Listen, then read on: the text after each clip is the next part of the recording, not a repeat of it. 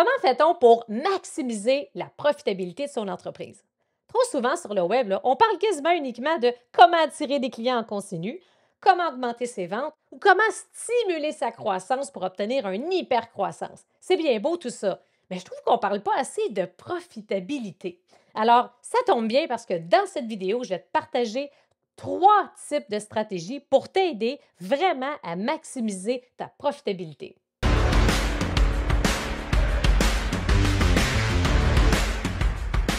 Mais juste avant, si on ne se connaît pas beaucoup, un petit mot sur moi. Mon nom, c'est Mélanie Fortin, coach d'affaires, mentor pour entrepreneurs en croissance et une de mes spécialités, c'est de développer des stratégies de croissance qui ont pour but de maximiser la profitabilité des entreprises. Alors, comment on fait pour maximiser la profitabilité de son entreprise? Dans un premier temps, il faut savoir qu'il y a 2 types d'entreprises. Numéro 1, c'est les entreprises qui vont offrir leurs produits et leurs services uniquement sur le web. Fait que déjà là, c'est clair que le potentiel de profitabilité est beaucoup supérieur au deuxième type, justement, d'entreprise. Dans le fond, c'est les entreprises qui vont avoir pignon sur rue. Fait qu'ils vont offrir leurs produits et leurs services autant à travers leurs succursales qui ont pignon sur rue et sur le web pour la majorité des gens. Fait ayant justement moi-même œuvré dans les grandes entreprises pendant plus de 25 ans, je peux vous dire que la profitabilité est beaucoup plus challengeante. C'est pour ça que si tu es un entrepreneur, un coach, un thérapeute, un consultant qui offre en ce moment ses produits uniquement sur le web, sache qu'il y a un potentiel de profitabilité incroyable.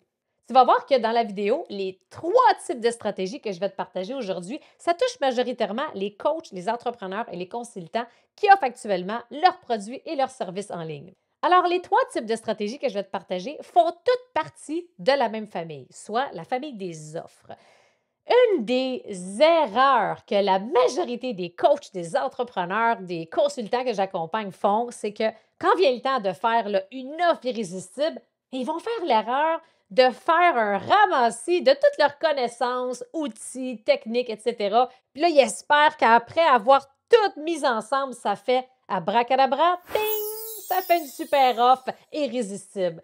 Non, non, non, c'est pas comme ça que ça fonctionne, je te le dis tout de suite. Et c'est pour ça que j'ai envie de te partager aujourd'hui quelle serait justement une échelle de valeur prospère qui, dans le fond, c'est ça, maximise ta profitabilité. Ce n'est pas tous les types d'offres que tu vas offrir, OK, à ta clientèle cible qui va avoir pour but, justement, de maximiser ta profitabilité.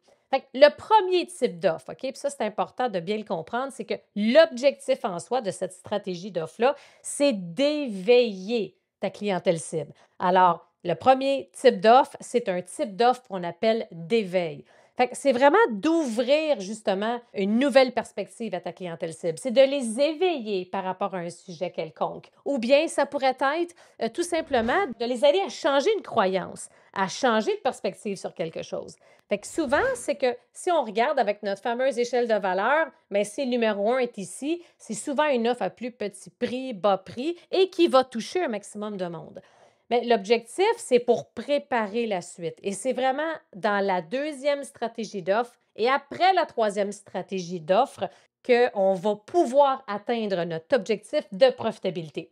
Fait que le deuxième type d'offre, c'est ce qu'on appelle une offre d'action.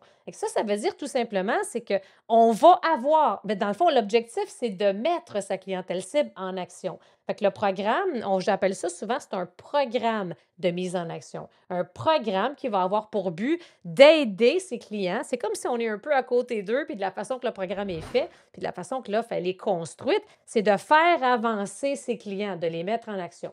Puis on le sait à quel point que c'est challengeant de mettre ses clients en action, de s'assurer que sa clientèle puisse faire les exercices qu'on leur propose. Et la troisième offre, donc le troisième type d'offre dans la fameuse échelle de valeur, c'est ce qu'on appelle une offre de transformation. L'offre de transformation, habituellement, c'est qu'on m'a éveillé par rapport à une perspective quelconque. Par la suite, on me met en action avec des exercices précis, avec un processus précis. Et là, je suis rendue à l'étape de la transformation.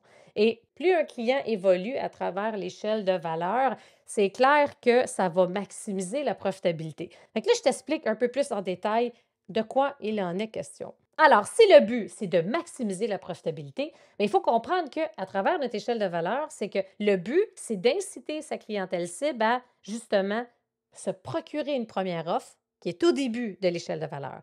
Mais le but, c'est qu'il y a une façon justement de développer son offre pour lui donner le goût d'aller à l'étape suivante. Fait que là, c'est justement ça, c'est que plus on va maximiser la fidélisation justement de sa clientèle cible, plus on va maximiser sa profitabilité. Et trop souvent, une autre erreur, justement, que trop d'entrepreneurs coachs vont faire, c'est qu'ils vont bâtir leurs offres à travers une échelle, mais qui n'ont pas conscience d'une échelle de valeur. Ils vont construire et bâtir des offres en silos. On a différentes offres qui ne se connectent pas entre elles, puis qui ne favorisent pas la fidélisation. Plus vous allez être en mesure de fidéliser votre clientèle, plus que votre clientèle va passer d'un programme à un autre, plus vous allez voir un impact extrêmement positif sur la profitabilité de votre entreprise. Alors, première étape, type d'offre, j'éveille ma clientèle cible. Wow! OK, je n'avais pas vu ça comme ça. Je suis intéressée à aller plus loin. Je veux en savoir plus. Je veux me mettre en action. Excellent. Échelle de valeur, on a fait l'offre d'éveil. Boum! On s'en va au deuxième type d'offre, qui est l'offre de la mise en action. Donc là, notre client, le même qui a pris l'offre d'éveil, est maintenant en action dans l'offre du milieu. Fait que là, elle se met en action, elle commence à avoir des résultats. Oh wow! J'ai envie d'amplifier, j'ai envie de continuer. Je veux vivre une réelle transformation. On continue le chemin de la fidélisation. Le client cible, le même du début, va se procurer la troisième offre et va vouloir se transformer. Fait que ça qu'il faut comprendre. Fait que ce que je veux que vous reteniez à ce stade-ci, c'est la fidélisation de la clientèle. J'ai beaucoup, beaucoup de clients qui sont avec moi depuis des années.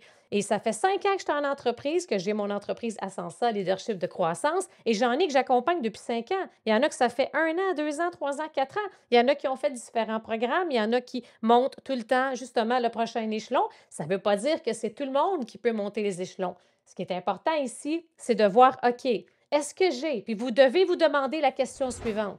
Est-ce qu'en ce moment, dans ma stratégie globale d'entreprise, dans mon modèle d'affaires, est-ce que j'ai des stratégies qui favorisent justement la fidélisation de ma clientèle? Et pour vous donner quelques petits exemples sur les 3 types de stratégies, les 3 types d'offres, dans les types d'éveil, habituellement, on retient ceci. Ça va être court terme, bas prix et c'est vraiment éveil. Fait qu'on va voir quelques notions, mais pas trop en détail parce qu'on réserve ça pour justement l'offre d'action. Fait que quand on parle de très court terme, je vous dirais que c'est souvent une offre qui va durer entre un mois, autour de 1 mois, voire 1 à 3, mais ça dépend des domaines, ça dépend des milieux, ça dépend de plein de facteurs. Mais en général, on retient que c'est peut-être autour de 1 mois à 3 mois, sauf exception si c'est un membership. Ça, c'est différent. Je vous ferai une vidéo ultérieurement par rapport à ça. Quand on parle un peu plus d'échelle de prix, pour les offres d'éveil, on va parler peut-être de quelque chose autour de entre 50 et 100 dollars ou entre, je vous dirais, ça dépend, parce que ça dépend des domaines. Peut-être entre 50 et 250. Je vous dirais que ça tourne autour de ça. Encore une fois, sauf membership, c'est une classe à part. Quand on parle du deuxième type d'offres de mise en action, souvent c'est entre 1000 et 2000, je vous dirais en moyenne. On parle de entre 3 et 6 mois. Donc là, on met en action, right? Puis quand on parle de transformation, on ne peut pas se transformer en 1 mois, là. La transformation prend un peu plus de temps. C'est pour ça que c'est des offres qui vont être habituellement autour de 6 à 12 mois.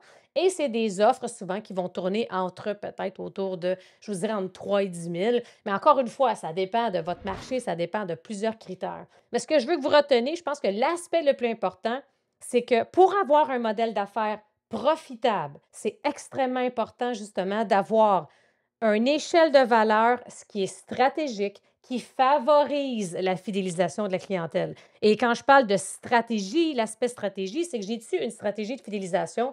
Fait que ça, le meilleur exemple, c'est que de développer 3 types d'offres qui fait que quand j'ai développé mes offres, j'ai vraiment eu en tête comme quoi que mon client commence au bas de l'échelle. Mon but, c'est de l'amener en haut de l'échelle. Ça ne veut pas dire que ça va se faire 1, 2, 3, mais ça veut dire que ça va.